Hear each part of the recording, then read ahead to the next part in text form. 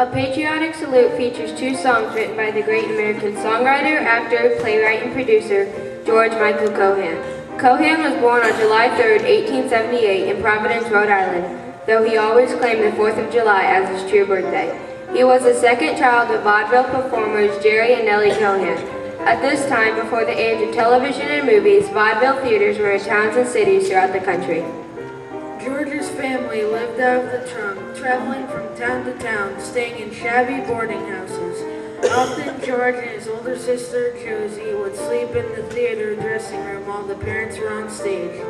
George received only a little formal schooling, but his later accomplishments proved that he developed more than a passing mastery in reading, writing, and arithmetic. He also received the first-hand perspective on geography, spending his childhood traveling all around the United States. By the age of 11, he was writing a comedy for the act, and by 13, he was writing songs that were used in their performances. They soon became known as the Four Cohans. George and his family performed in the famous Pastor Theater in New York City, and by this time, they were earning $1,000 per week, which was a very large amount in 1894. His first big Broadway success came in 1904 with The Little Johnny Jones. The mood of the country was right for Cohan's story of an American jockey wrongly accused of throwing a race, and featured two songs of his best-loved songs, Yankee Doodle Boy and Give My Regards to Broadway.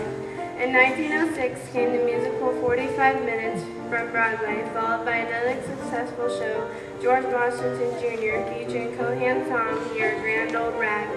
Our patriotic organizations protested the song, and lyric was changed to Your Grand Old Flag. Cohan continued to be active in all phases of the Broadway theater. He was inspired to write the song Over There when the United States entered World War I, and this became one of his most popular songs. 25 years after that, he was awarded the Congressional Medal of Honor for his great patriotic spirit. After his final Broadway triumph playing President Roosevelt in 1937, I'd Rather Be Right, George M. Cohan died in November 4, 1942, at the age of 64. His influence helped to mold the future of American musical theater's fast-paced musical comedies. His choice from now were known for the dazzling and high-spirited songs that always portrayed the great American flavor. After his death, President Roosevelt said, I believed a beloved figure is lost to our nation. Yet Cohan's memory lives on, in his music and his musicals. Proof of that is to be found in his statue, which still stands today at the intersection of Times Square on 47th Street, overlooking the Broadway theater district that he loves so well. Ladies and gentlemen, we proudly present to you a Patriotic Salute.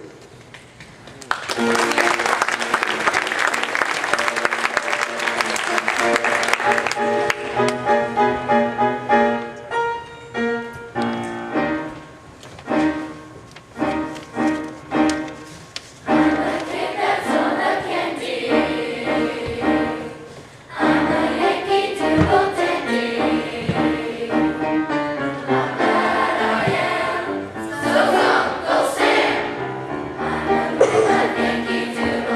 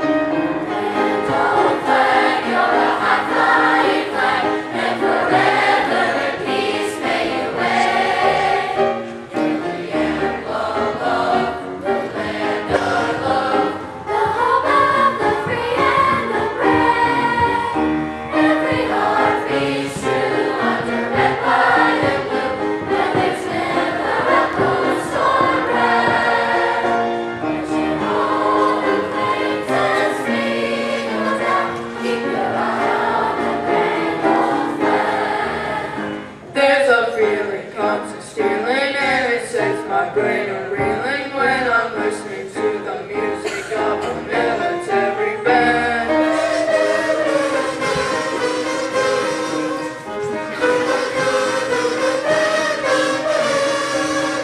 Any tune like Yankee Doodle simply sets me off my noodle. It's that patriotic something that no one can understand.